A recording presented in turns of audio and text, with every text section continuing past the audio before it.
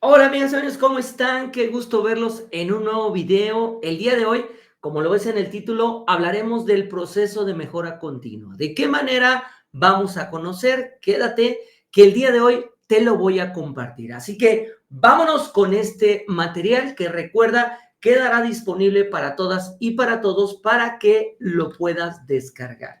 ¿Y qué nos dice este documento?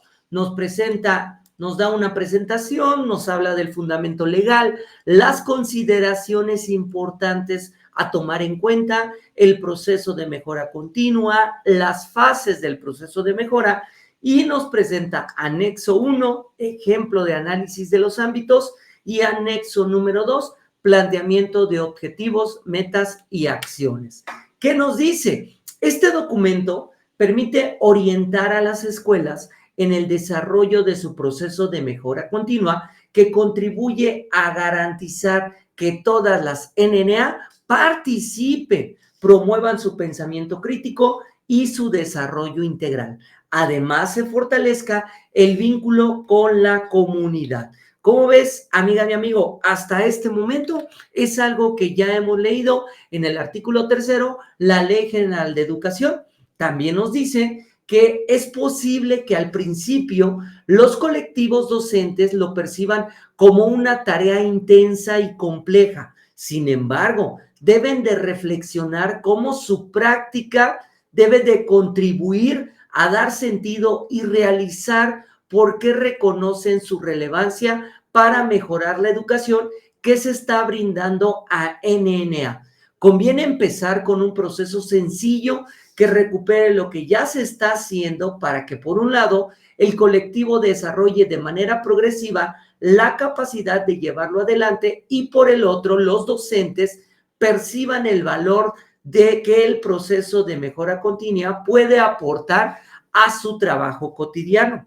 Ahora, para las y los compañeros que realizan funciones directivas, es importante que el acompañamiento sea fundamental en conjunto con los colectivos docentes para encontrar las mejores estrategias que los lleven a fortalecer sus prácticas docentes y de gestión. Veme escribiendo aquí en los comentarios. Tu supervisora, tu supervisor te realiza acompañamiento en el desarrollo del consejo técnico. ¿De qué manera? Y si no es así, ¿qué es lo que te gustaría que se diera por parte de la supervisión? Aquí en los comentarios del video. También nos dice que la Secretaría concibe a este proceso como una tarea paulatina. Las consideraciones, aquí, ojito, ojito y atención con lo que nos dice estas consideraciones. Dice que el proceso es una prioridad para el sistema educativo nacional. Precisa la voluntad y el compromiso de todos los actores educativos. Es gradual e implica un conjunto de acciones que se den a corto, mediano y largo plazo. Comprende 5 fases, lo que es el diagnóstico socioeducativo, la planeación, la implementación, el seguimiento y evaluación y la comunicación de avances y de logros. Ahorita estaremos mencionando cada uno. Nos dice que este proceso inicia con la lectura de la realidad. Esto implica tomar una postura crítica ante lo que sucede en la escuela y la comunidad. Y también nos dice que es necesaria para analizar los ámbitos del diagnóstico socioeducativo. Nos dice que los ámbitos del diagnóstico socioeducativo refieren a todas aquellas dimensiones que brindan información relevante sobre la situación de la escuela y de la comunidad. Aquí también ténganlo presente porque esto les va a permitir poder identificar esta lectura de la realidad. Es recomendable priorizar una o 2 problemáticas para su atención y los resultados sean más profundos y duraderos. Se planifica y se concreta en el programa de mejora continua, donde la escuela va a plantear objetivos, metas y acciones. Nos dice que no hay un formato para elaborarlo y cada escuela va a elegir el que mejor le convenga. La fase del seguimiento del proceso de mejora permite identificar ajustes que son necesarios. Y por último, el comité de planeación y evaluación, claro, ese que se menciona en los lineamientos del Consejo Técnico debe de contribuir a coordinar el trabajo, pero las decisiones deben ser tomadas por todo el colectivo. Ahora, este proceso de mejora, ¿qué es? ¿A qué nos referimos? Nos dice que se entiende como una búsqueda constante para ofrecer una educación que sea humanista, integral, inclusiva, equitativa, democrática e intercultural. Es decir, la educación que promueve el Estado mexicano. Esta búsqueda es permanente, ahí subrayenlo, permanente. Siempre habrá algo que podemos hacer mejor. Para que la mejora se convierta en un verdadero motor de la transformación, es necesario que los actores construyan una perspectiva compartida. Sin una idea en común, el trabajo del docente, las formas de enseñanza de las NNA como sujetos activos y la necesidad de mejorar con un sentido de cambio, no se verán resultados por más documentos o acciones que se hagan. Se deben reconocer en dónde se encuentra la escuela y lo que se tiene que hacer para alcanzar los fines y los criterios de la educación que vienen en los documentos de esta sesión de la fase intensiva. Y si tú presentaste lo que fue algún proceso de la UCICAM, sabes que los fines los encontramos en el artículo 15 de la Ley General de Educación y los criterios están en el artículo 16 también de la Ley General de Educación. Ya tengo un video muy cortito donde te hablo de los fines y de los criterios. Aparte, algo así como un video muy corto para que tú puedas conocer de manera concreta a qué hace referencia los fines y los criterios. Y también nos dice que deben de adquirir un compromiso en conjunto, donde todas y todos hagan lo que les corresponde para poder enfrentar los retos y poder avanzar. Los colectivos deben de estar comprometidos con la mejora, realizando una revisión acerca de las condiciones y de los contextos para impulsar acciones. Ahora, ¿cuáles son las características de este proceso de mejora? Nos dice, número 1, que es progresivo. Los fines de la educación definen el horizonte que queremos alcanzar. Es gradual, requiere de esfuerzos continuos que están enfocados a modificar las condiciones de la escuela. Es sistemático, aunque cada escuela experimenta el proceso a partir de sus condiciones, este tiene que seguir una serie de fases que son comunes, pues tienen la finalidad de ordenar, orientar y dirigir los esfuerzos. Número 4, es diferenciado. Todas las escuelas requieren impulsar procesos de mejora, pero cada una tiene condiciones y características distintas. Es territorial. El proceso de mejora parte de la realidad en la que está situada la escuela. Debe ser participativo. Requiere el involucramiento y la colaboración corresponsable y activa de todas y de todos. Es dialógico. El diálogo y la reflexión son la base para la participación de todos los actores, contribuyendo a la interacción, la motivación y la cohesión de la comunidad. Es integral. La realidad no es fragmentada. Es importante que se reconozca la complejidad del proceso educativo, las múltiples dimensiones en las que se debe intervenir para mejorar, así como los diversos actores que deben involucrarse. Ahora, las fases del proceso. Nos presenta un esquema con las fases del proceso y nos dice, partimos de esta lectura de la realidad, nos presentan un remolino, de ahí vamos con nuestro diagnóstico socioeducativo, elaboramos nuestra planeación para el programa de mejora continua, la implementamos, le damos seguimiento y evaluación y la comunicación de avances y logros. Estas 5 fases que observábamos hace un momento. Pero, ¿de qué estamos hablando? Vámonos una por uno. El diagnóstico socioeducativo de la escuela nos dice que es la fase inicial del proceso de mejora continua y esta surge de la lectura de la realidad. Si partimos de que la realidad es entendida como el contexto en el que se vive, ya sea social o educativo, en un determinado lugar y tiempo. El diagnóstico tiene como propósito indagar sobre ella, analizarla y examinarla. La lectura de la realidad alude al ejercicio de la problematización sobre las condiciones sociales, culturales, geográficas, económicas y educativas, ¿sale? Donde están realizando su trabajo docente. Esta mirada es crítica, pero es necesaria para analizar los ámbitos del diagnóstico socioeducativo. Aquí yo te quiero preguntar, maestra, maestro, ya pasamos, ya transitamos por un ciclo escolar 23-24, donde construimos un diagnóstico socioeducativo. ¿Todavía tienes dudas? Escríbelas aquí en el comentario. Dinos, ¿qué video te gustaría, te ayudaría para poder adentrarte a la construcción del diagnóstico socioeducativo? Seguimos ámbitos del diagnóstico socioeducativo. Nos dice que el artículo 109 señala la importancia de analizar el avance de los planes y programas de estudio, la formación y prácticas de los docentes, entre otros aspectos.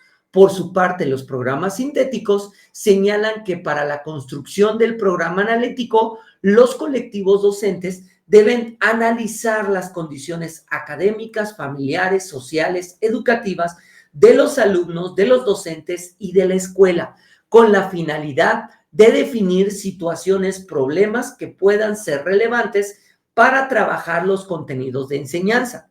No se trata de que debemos de elaborar 2 diagnósticos. ¿Por qué? Porque uno solo nos debe de servir para la construcción del programa analítico y el otro para nuestro programa de mejora continua. Entonces, aquí nos dice, el primero, que es el programa analítico, tiene que ver con la contextualización de los contenidos y de los procesos de desarrollo y del aprendizaje. Y el segundo tiene que ver con la gestión de la escuela. Y este esquema nos permite construir nuestro diagnóstico socioeducativo. Y aquí podemos observar, nos habla contexto regional, nacional e internacional. Si nosotros nos vamos al libro sin recetas, fase 3, de manera específica en el diseño creativo, ahí nos presentan preguntas que nos permitan guiar en la construcción del diagnóstico. Creo que este esquema toma palabras clave para que nosotros vayamos identificando, primero, contexto regional, nacional, internacional, y cuáles son los que tenemos o podemos considerar. En el escenario comunitario, cuáles son, y aquí los están poniendo de un color verde para que no te pierdas. En el escolar, color moradito, y en el aula, cuáles son estos temas que están al interior de nuestra aula. Y esto que nos va a permitir ubicar los ámbitos que son relevantes para que la escuela dé cuenta de su realidad en los escenarios de aula, escuela y comunidad.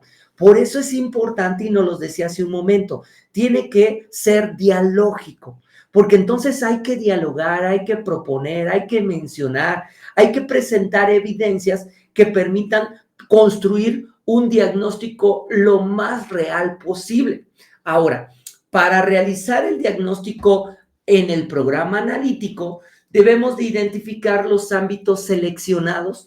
Nos permitirán identificar saberes, situaciones, temas, problemas, acontecimientos, características que puedan ser aprovechados para contextualizar los contenidos y los PDF. Si no es así, ¿qué otros ámbitos conviene considerar para nuestro programa de mejora continua? Estos ámbitos seleccionados nos permitirán conocer las condiciones de la escuela, las situaciones que afectan el aprendizaje y el desarrollo integral de nuestros alumnos. ¿Es necesario considerar otros ámbitos? Vete escribiendo, yo te invito aquí en los comentarios. Recuerda que los comentarios me permiten a mí conocer tu opinión y lo más importante, de qué manera te podemos apoyar. ¿Cómo realizar este diagnóstico socioeducativo? Ya hablábamos de que debemos de analizar los ámbitos seleccionados. Es recomendable que formulemos preguntas que nos lleven a conocer la situación de la escuela. Ya te lo decía, estas preguntas las puedes encontrar en el libro Sin Recetas, fase número 3. En el anexo número 1 nos dan un ejemplo de los análisis de 2 ámbitos, pero recuerden, esto es solo un ejemplo. No lo debes de usar como una guía que vas a seguir de principio a fin. Solamente permite tener una claridad de cómo se puede llevar en nuestra práctica. Recabar o en nuestras escuelas, recabar la información necesaria. Los colectivos conocen algunas condiciones, situaciones o problemas de la escuela. Sin embargo, al analizar los ámbitos, pueden identificar que tienen información parcial o imprecisa y que perciben de forma diferente el problema y requieren información más específica. Y esto ayuda a comprender e identificar de mejor manera cómo lo entendemos. Integrar una narrativa que dé cuenta de la situación de la escuela. Estas son condiciones del contexto, condiciones de aprendizaje de los alumnos, situaciones relevantes de enseñanza y de gestión, entre otros.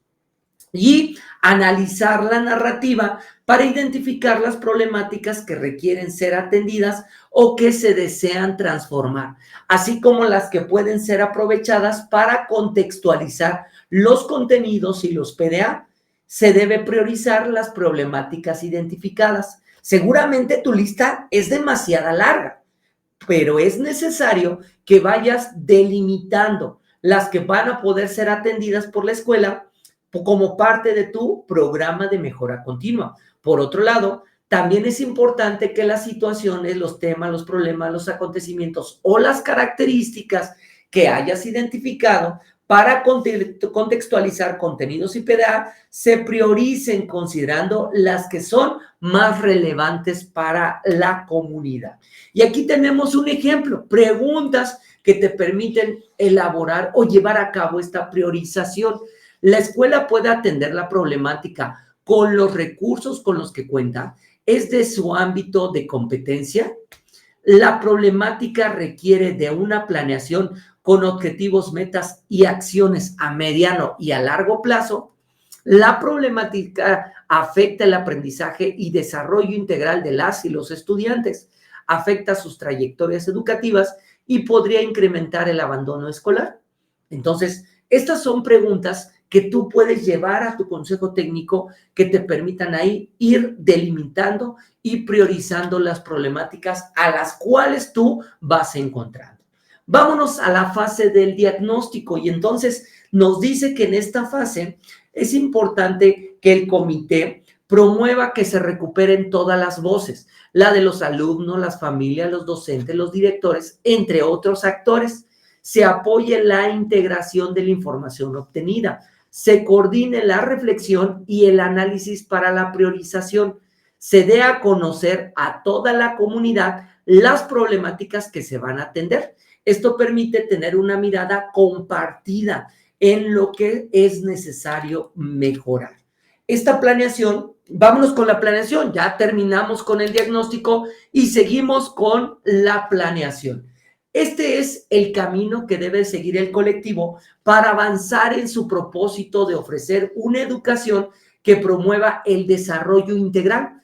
El propósito de esta fase es que el colectivo defina los objetivos, las metas y las acciones que van a atender las problemáticas, en el cual la planeación es un documento que marca el rumbo que va a seguir el colectivo. Es una herramienta de gestión escolar.